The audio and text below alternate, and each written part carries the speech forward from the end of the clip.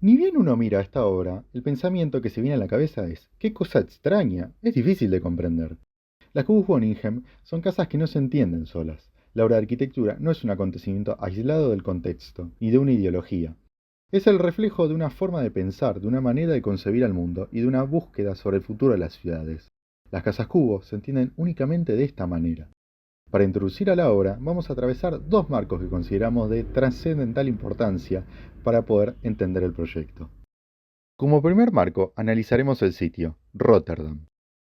Rotterdam es una ciudad neerlandesa situada al oeste de Holanda. Es la segunda ciudad más poblada del país, ubicada a orillas del río Mosa. Se configura como uno de los puertos más importantes de Europa, siendo una potencia económica.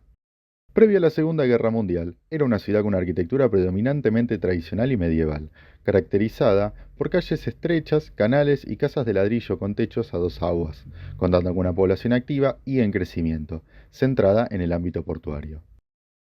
Lamentablemente, el 14 de mayo de 1940, Rotterdam es bombardeada por la Alemania nazi. El resultado es devastador. Más de 24.000 viviendas fueron destruidas, dejando un saldo de 800 víctimas fatales y 80.000 personas sin hogar. Rotterdam es reducida prácticamente a cenizas. La ocupación militar duró hasta 1945. Posterior al bombardeo, comienzan a surgir ideas para reconstruir y recuperar la ciudad. El plan de Witwen surge en diciembre de 1941 y se comienza a ejecutar en 1945, con la desocupación militar de la ciudad. Este preveía una modernización de la ciudad y no una reconstrucción según el esquema anterior. Buscó una rapidez y sistematización de reconstrucción ante el temor de una nueva ocupación nazi. Con la ciudad ya en marcha, el plan de Witwen comienza a ser criticado, en especial por la Sociedad de Arquitectos y Artistas de Rotterdam. Esto deviene en el plan de Van Tra de mayo de 1946. El plan básico de Van Tra se enfoca en una bidimensionalidad que permitía transformaciones a futuro, creando una ciudad experimental de profundos contrastes arquitectónicos. Este es el plan que modeló la Rotterdam que podemos conocer hoy en día. El plan básico impulsó a Rotterdam a asumir el rol de un laboratorio experimental de arquitectura al aire libre, dando lugar a la aparición de arquitecturas de lo más variopintas. Su carácter cosmopolita la llevó a ganarse el apodo de la Manhattan del Mosa, por sus estrechas similitudes con la ciudad de Nueva York. La arquitectura de la ciudad no es un hecho aislado, es un hecho social. Rotterdam, luego de los fuertes acontecimientos vividos en la Segunda Guerra Mundial, entró en un momento bisagra, donde cambiaron los paradigmas, asumiendo un rol profundamente liberal en su concepción. La ciudad abrió sus puertas a nuevas culturas y sociedades, como por ejemplo al Carnaval de Verano, desarrollado por comunidades latinas y africanas, declarado Patrimonio Universal Inmaterial por la UNESCO, o el Memorial de la Puerta de Delft.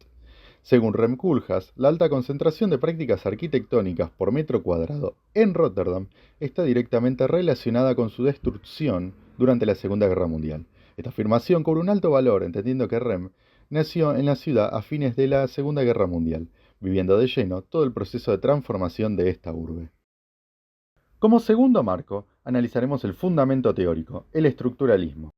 Los miembros del CIAM, como parte del movimiento moderno, promovieron una visión racionalista y funcionalista de la arquitectura, la ciudad como una máquina eficiente.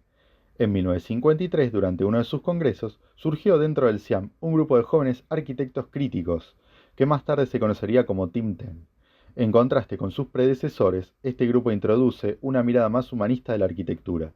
Usan el arte para abordar el gran número, dando ritmo visual a la repetición, pero de manera sensible, no mecánica. Rechazan la visión universal del ser humano promovida por el CIAM y proponen un nuevo enfoque de diseño basado en patrones de relaciones humanas, es decir, cómo las personas realmente habitan e interactúan entre sí. Aldo Van Eyck fue una figura clave en la crítica al racionalismo moderno, siendo uno de los fundadores del Team Ten, oponiéndose a los principios arquitectónicos del CIAM. Su pensamiento inicia el estructuralismo arquitectónico, enfocando el diseño en las personas y en sus relaciones sociales. Fue una gran influencia para Piet Blom, a quien transmitió esta visión sensible y crítica frente al movimiento moderno del CIAM. El estructuralismo surge como una reacción directa contra el movimiento moderno, frío y técnico. Frente a la búsqueda de eficiencia, estandarización y control, el estructuralismo se enfocó en recuperar el sentido de comunidad y pertenencia. Piet Blom, por ejemplo, diseñó con la intención de rechazar la arquitectura despersonalizada de la posguerra. Sus proyectos son testimonio de su creencia, de que la arquitectura sirve a la gente y no al revés. consideraba que el diseño debía fomentar la vida en comunidad y no solo resolver necesidades técnicas. El estructuralismo usaba sistemas modulares que permitían flexibilidad, crecimiento y transformación. Los edificios estaban pensados para adaptarse a distintos usos con el paso del tiempo, reflejando el dinamismo de sus habitantes. Este enfoque fue especialmente importante en la vivienda social de países como Países Bajos y Alemania, donde el diseño se centró en las estructuras sociales y culturales propias de cada país. A diferencia del modernismo, que prioriza lo funcional y lo individual, el estructuralismo pone en el centro al espacio público comunitario. Se diseña para promover la interacción social y fortalecer el sentido de pertenencia. Estos proyectos se diseñaron para adaptarse a la ciudad y a sus habitantes, pensando en cómo la gente usa, comparte y se apropia del espacio común, por sobre su uso privado. Van Eyck nombra estos espacios como lo intermedio, lugar donde se reconcilian lo individual y lo colectivo. Como respuesta a los marcos analizados surge la obra. En el contexto de la reconstrucción y búsqueda de la modernidad de Rotterdam, surgen las Koopwoningen, o casas cubo. Piet Blom diseñó este conjunto de viviendas en 1978. En esta obra se refleja de manera muy clara la idea del arquitecto de la vivienda como techo urbano. Los volúmenes de viviendas se elevan a partir de núcleos macizos, logrando de esta manera despejar la planta baja, permitiendo que la ciudad atraviese la obra. El proyecto responde a diferentes necesidades, a partir de una pieza arquitectónica. Consta de dos niveles, uno peatonal, el cual actúa como continuidad de la vía pública, y uno elevado, que responde al programa privado de conjunto de viviendas. Piet asocia el proyecto a la metáfora. Cada cubo es un árbol y en conjunto forman un bosque. Esto expresa la idea de que cada parte se articula para conformar algo más grande, un ecosistema urbano donde se desarrolla la vida en comunidad, pensamiento fuertemente ligado al estructuralismo. El proyecto se organiza a partir de un patrón geométrico, con la repetición de un módulo o motivo, generando espacios interconectados donde se generan diferentes relaciones espaciales, fomentando el intercambio o interacción social. El motivo, que es el objeto de repetición definido por Van Eyck, es aquel objeto que no solo articula visualmente, sino que además enmarca la asociación cívica entre las personas. Blom diseña un patrón geométrico, en el cual la unidad mínima habitacional, el cubus, forma el motivo. De esta manera se genera un entramado continuo de viviendas que se distribuyen en torno a patios en grupos de 6.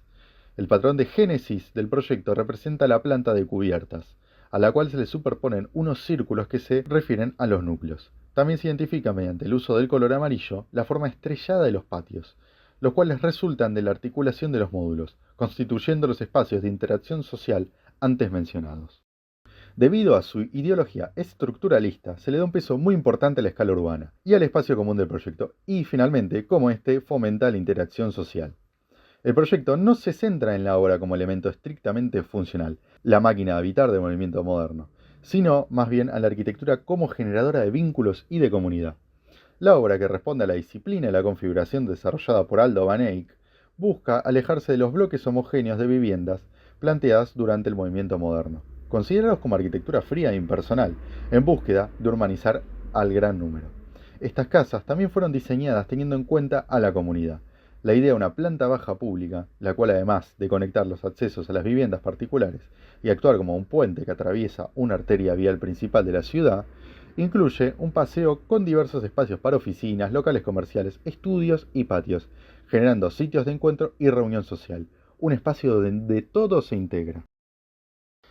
Sin embargo, más allá de responder a temas relacionados a lo colectivo, no genera grandes espacios interiores en las viviendas. Un 25% del espacio interior de las viviendas es inutilizable debido al ángulo de sus encuentros, su baja altura y las consecuencias que esto genera a la hora de amueblar. Lo que mueve y fundamenta la obra es la ideología de Piet Blom. Es un proyecto conceptual. Se lee a la perfección la preponderancia del espacio urbano y de uso común en contraposición con el espacio individual de la vivienda, y esa intención de hacer ciudad, generando cierto sentido de pertenencia en una ciudad tan afectada en la posguerra como Rotterdam. A pesar de que la obra en su conformación sea un conjunto de viviendas, y entendiendo que esta cuestión no termina de resolverse de manera eficiente, el proyecto funciona y da respuesta a una necesidad. El peso que tiene el concepto y su repercusión en la ciudad justifica el costo a pagar, donde lo importante es lo que pasa afuera, donde se encuentra la comunidad y no la escala individual de la vivienda propiamente dicha. Entonces, ¿puede un bosque sanar una ciudad? Rotterdam sufrió un pasado muy oscuro, donde se pagó un alto costo humano y social. Su cambio de paradigma necesitó de una forma imperativa, un concepto que le ayuda a reestructurarse. El estructuralismo entra en juego, volviendo a las bases de la unión y la comunidad. Se debía no solo recomponer una ciudad, sino una sociedad completa.